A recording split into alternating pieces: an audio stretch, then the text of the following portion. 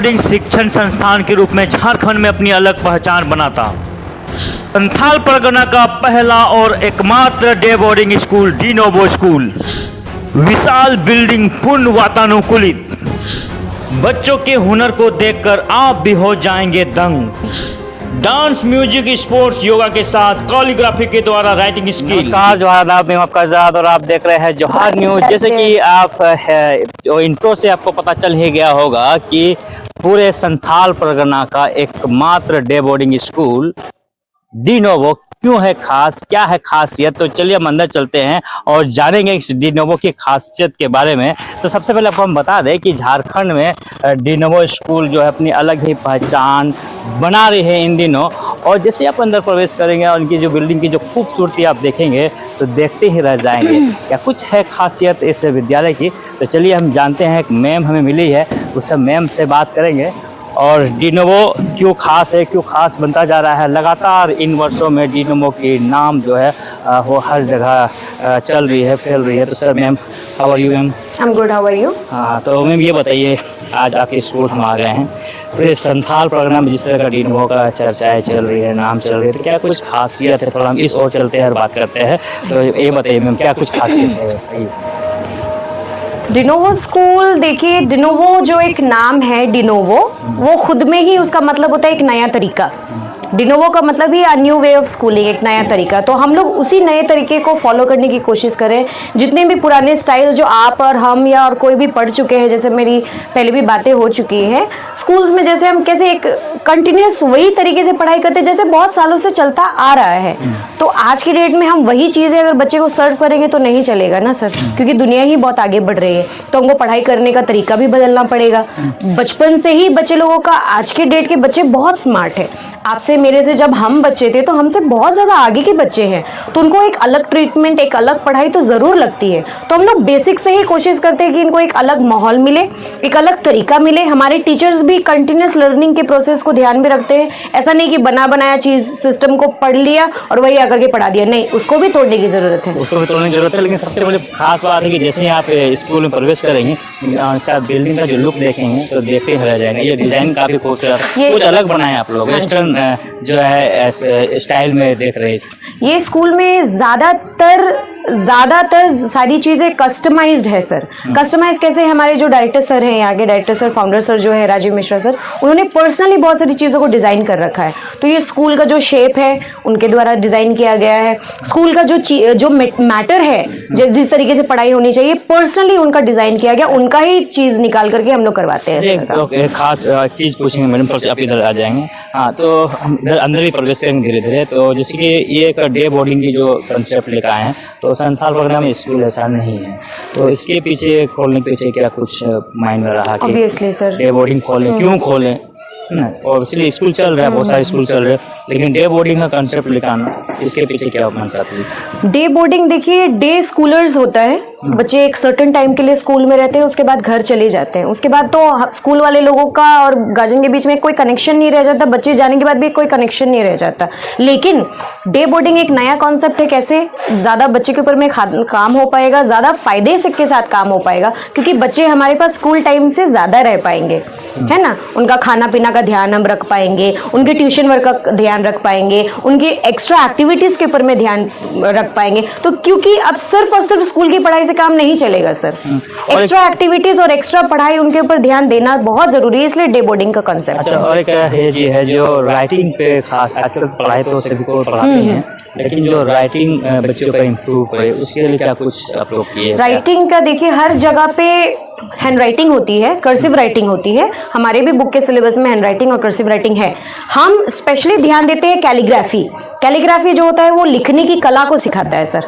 Artistic way of writing is called calligraphy. तो calligraphy के ऊपर में ज्यादा कोई ध्यान नहीं देता। वो आर्टिस्टिक लोग जो वॉल पेंटिंग करते हैं या फिर जो बुक्स को डिजाइन करते हैं, जो ग्रीटिंग कार्ड बनाते हैं, वही स्पेशली सीखने जाते हैं। पर क्यों हम अपने बच्चे को क्यों नहीं दे सकते सर? कौन रोकता है एक्स्ट्रा काम करने के लिए? स्टार्टिंग से, शुरू से सर।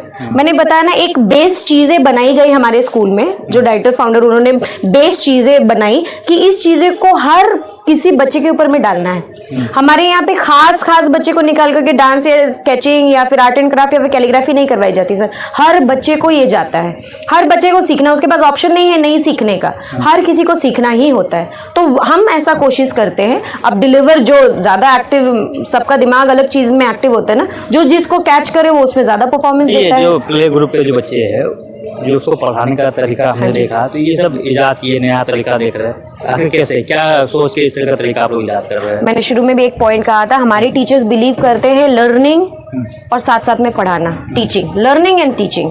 तो ऐसा नहीं कि वो ट्रेनिंग करके आए और उसी कॉन्सेप्ट को फॉलो करें, नहीं। आज के डेट के हिसाब से अगर उनको लगता है कि कुछ बेहतर तरीका है, प्ले वे तरीका, खेल खेल के उसको बहुत सारी चीजें सिखाते हैं। जैसे छोटे छोटे बच्चे लोग को इंस्ट्रक्शन बेस्ड चीजें भी सिखाते हैं, sit down, stand up, point out your finger, touch your tummy, look there, छोटी छोटी इंस्ट्रक्शन बेस्ड में। अब बहुत छोटे बच्चे को जो यहाँ पे रहता है उसको आप एक ही बार में नहीं बोल सकते कि वो इंग्लिश सीख जाए। इंस्ट्रक्शन बेस्ड तो फटाक से सीखेगा sir. Make a Q, keep your hands at the back, तो इंस्ट्रक्शन सीखेगा तो इंग्लिश एटलीस्ट उसको समझ में आएगा कि नहीं मुझे क्या करना है। तो वो एक अलग अलग तरीके से हम लोग लर्निंग के प्रोसेस को करते हैं। कितना टाइम लग जाता है जब छोटे बच्चे आते हैं, न्यू बच्चे आते हैं? टाइम तो लगता है सर, टाइम लगता है। शार्पनेस कोई बच्चा का दिमाग या उसके घर में घर वाले लोग मदद करते हैं, साथ में घर वाले लोग रिस्पॉन्सिव होते हैं तो काम और भी स्मूथ तरीके से होता है। लेकिन घर के रिस्पॉन्स नहीं होने की वजह से थोड़ा लैकिंग तो होती है सर, क्योंकि साथ देना जरूरी है। गार्जियन का, टीचर्स का कॉम्बिनेशन, साथ में काम करना बहुत जरूरी है, बहुत अच्छे लर्निंग के लिए। जो बड़े बच्चे के लिए थोड़ा सा मदद करेंगे, थोड़ा सा आप और जाइए। जो बड़े बच्चे उसको जो पढ़ाते हैं, जो पहले कंसेप्ट था ब्लैक बोर्ड, व्हाइट बोर्ड, अब उस पर आप लोग क्या करें? अब व्हाइट बोर्ड है सर हमारे पास, और हमारे पास स्मार्ट क्लासेस है। अब सिर्फ और सिर्फ आप टीचर खड़ा होकर के, वो एक टीचर खड़ा होकर के एग्जाम्पल दिया और उसके साथ साथ स्मार्ट क्लास का भी एग्जाम्पल उसको बहुत सारे लगे। अब जरूरी नहीं है सिर्फ स्मार्ट क्लास में यूट्यूब में बहुत सारे ऐसे वीडियोज है, हिडन जेम्स हैं जो शायद हमारे पास भी नहीं होगा। हम भी तो, मेरे पास एकाएक पूरी दुनिया की नॉलेज तो नहीं समा सकती ना सर, ऑब्वियसली। तो हम उस चीज का भी हेल्प लेते हैं कि यूट्यूब से कुछ बहुत फायदेमंद वीडियोस निकाला या फिर जनरल कुछ वीडियो ऐसा निकाल करके दिखाया कि उसको विजुअल्स देख करके भी बहुत अच्छे तरीके से समझ में आए। ऑब्वियसली सुनने से ज्यादा हम लोग देख करके ज्यादा चीजों को समझ सकते हैं, तो उस चीज का हेल्प हम लोग स्मार्ट क्लास से लेते हैं सर। प्रवेश करेंगे और जाने और कुछ भी चीज, लेकिन उसके बाद और चीज जानना चाहते हैं कि जो आप लोग गेम वगैरह भी करवाते हैं, तो स्पेशल क्या है, कुछ स्पेशल गेम वगैरह जो बच्चों प्रैक्टिस? गेम में हम किसी को स्पेशलाइज नहीं बनाते किसी चीज में, लेकिन बैडमिंटन का टूर्नामेंट यहाँ पे होता है, उसको थ्रो बॉल वगैरह सिखाते हैं इस चीजों को, लेकिन उसको एज अ स्पोर्ट्समैनशिप नहीं सिखाते, वो स्पेशलाइज नहीं करते।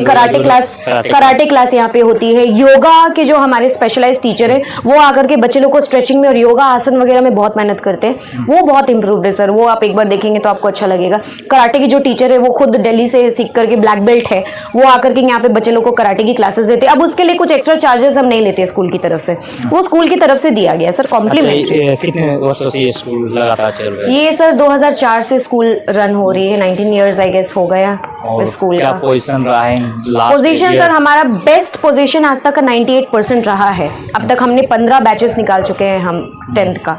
बहुत अच्छी बातें हैं और बहुत अच्छा कर रहा है।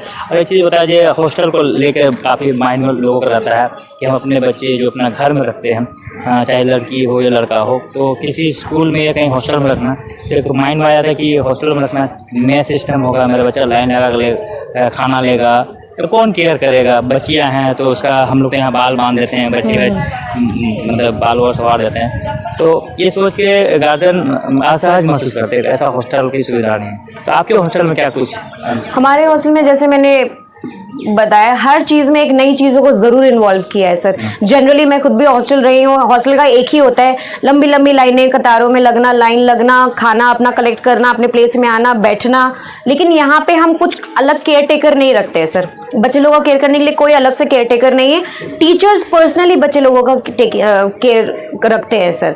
उनको बाल बनाना है तो उनको बाल बनाना सिखाते हैं। बच्चे लोग अगर खाना खाने के लिए जाते हैं तो घर के जैसे परोसा हुआ खाना उनको दिया जाता है सर। हमारे जो मेस का भी लुक है वो मेस का लुक एक रेस्टोरेंट स्टाइल का लुक दिया गया, जिससे बच्चे के मन में ना वो बात जो खटकाव हर किसी के मन में रहता है, मेस का खाना, हॉस्टल का उसका सबसे खराब पक्ष होता है मेस, तो वो एटलीस्ट हमारे हॉस्टल के बच्चे लोग का ऐसा एक्सपीरियंस तो नहीं होना चाहिए। इसी वजह से हॉस्टल के मेस का लुक एक रेस्टोरेंट स्टाइल में रखा गया है और बच्चे लोगों को परोसा हुआ खाना दिया जाता है सर। वो अगर सेकंड सर्विंग थर्ड सर्विंग लेते हैं तो उनको टीचर जिनका भी ड्यूटी होगा या फिर किचन का कोई आदमी आकर के जिसका भी ड्यूटी है वो आकर के उनको सर्विंग दे करके जाते हैं सर उसी जगह में। तो बच्चे को सिर्फ और सिर्फ अपना टाइम स्कूलों को खाना वगैरह दिया जाता है, जो टाइमिंग होता है, टाइमिंग इट डिपेंड्स सर, क्योंकि कभी कभी स्कूल जल्दी छुट्टी होती है तो उस हिसाब से हम वक्त रखते हैं और कभी कभी लेट 2 बजे से पार नहीं होता है। जो स्टडी का टाइम होता है उस दरमियान क्या होता है? शाम को इनका सर ये 5 बजे इनका स्कूल ऑफ हो जाता है। 5 बजे जाने के बाद ये फ्रेश होते हैं, अपना ड्रेस को इनको रखना सिखाया जाता है ताकि तय करके रखे,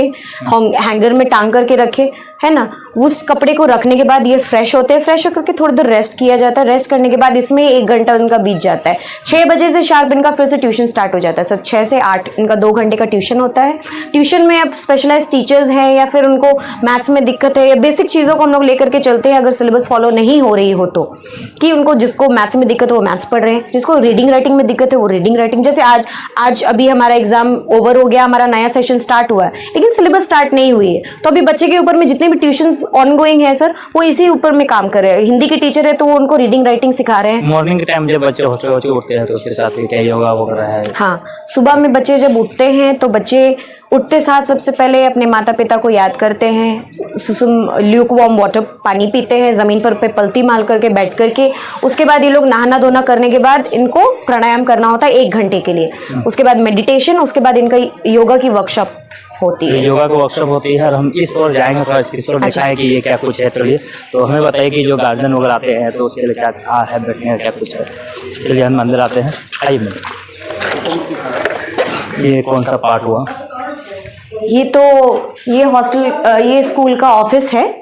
ऑफिस भी बहुत अलग तरीके से डिजाइन किया गया है सर। अभी भी बहुत सारी चीजें प्रोग्रेस में ही हैं। School is still not fully made. तो ये है काउंटर, यहाँ पे काउंसलिंग और रिपोर्ट कार्ड वगैरह दिखाया जाता है। ठीक है, ये वाला काउंटर यहाँ पे ये कैश काउंटर होने को है, फ्यूचर ऑन फर्दर ऑन। ये वाला काउंटर जो होगा ये रिसेप्शन के लिए होगा। ये पीछे में जो आपका है, जो भी यहाँ पे होंगी या होगा वो रिसेप्शन का काम करेगा, लोगों की रिक्वायरमेंट्स को लिखना वगैरह। और यहाँ अंदर में प्रिंसिपल्स कैबिन है। अच्छा, एक लास्ट एक सवाल हमारा है, जो काउंसलिंग की भी बहुत जरूरत पड़ती है, स्टूडेंट हो या पेरेंट्स हो, तो उसके लिए क्या कुछ आपके? काउंसलिंग के लिए सर हमारे पास एक ऐसी भी टीम है जो बाहर रहते हैं, जो यहाँ दुमका के लोकल नहीं है। जैसे हमारी एक मैम अभी जो काउंसलिंग के लिए जिनका आपने शायद इंटरव्यू भी लिया होगा, वो खुद दिल्ली की है, वो यहाँ की नहीं है। और एक हमारे सर टीम है, अभिषेक सर और शिल्पा मैम, वो भी दिल्ली के हैं, वो अभी फिलहाल मुंबई में रहते हैं। तो वो भी आते हैं समय समय पर, और जब भी रिपोर्ट कार्ड का कार्यक्रम यहाँ पे होता है तो गार्जियन से 1-on-1 बैठ करके उनके साथ बातें करना, या कोई भी कंफ्यूजन है तो उनको दूर करना, या बच्चे के साथ कोई परेशानी है कि पढ़ाई इंप्रूव नहीं हो पा रही है या फिर क्या दिक्कत है, तो काउंसलर्स का काम होता है कि उनकी प्रॉब्लम्स को सुनना और उसका हिसाब से सॉल्यूशंस देना। जो बच्चे पढ़ाई से भाग रहे हैं, पढ़ाई के प्रति रुचि नहीं है उसको, तो उसको काउंसलिंग की जाती है सर। हमारा सबका सपोर्ट होता है। उसके बाद हमारा एक खास मीटिंग होता है कि इस बच्चे के ऊपर में किस तरीके से काम होना है, क्योंकि सिर्फ काउंसलिंग एक प्रोसेस नहीं होता ना, काउंसलिंग के बैक उसके पीछे में भी प्रोसेस होता है। कई गार्जियन भी मिलेंगे जो हॉस्टल में रखना चाहते हैं, तो ट्रांसपोर्ट वगैरह से दूर है, ट्रांसपोर्ट फैसिलिटी में क्या कुछ है? हॉस्टल का तो ट्रांसपोर्ट ऐसा कुछ नहीं होगा। डे बोर्डिंग नहीं रखना चाहेंगे, जो डे बोर्डिंग होंगे तो उसके लिए ट्रांसपोर्ट का उसके लिए सुविधा है सर यहाँ पे। हाँ, सारे रूट में दिया जाता है गाड़ी की सुविधा। अब इफ पॉसिबल ये तो कभी कभी ऐसा होता है को बहुत दूर के बच्चे होते हैं, तो उसके हिसाब से ट्रिप्स भी इनके डिवाइडेड है कि इस इलाके में ये गाड़ी जाएगी, इस इलाके में ये गाड़ी जाएगी, उस तरीके से सर फैसिलिटीज है। तो ये थे हमारे साथ में नेहा मैम, और हम बात कर रहे थे डी नोवो स्कूल के बारे में, और नए उभरता हुआ विद्यालय जो अपनी एक अलग ही पहचान पूरे झारखंड में बना रहे हैं। डे बोर्डिंग के मामले में एक अपने अलग ही पोजीशन बना कर रखे हैं। तो आप लोग भी आइए इस विद्यालय में और जानिए इसकी खासियत को, अपने नज़दीक से पहचानिए और अपने बच्चों का नामांकन कराइए। और अधिक जानकारी अगर चाहते हैं तो तमाम नंबर्स और फोन कॉल नंबर दिए गए हैं, इस नंबर पर भी आप कॉल कर सकते हैं, कॉन्टैक्ट कर सकते हैं।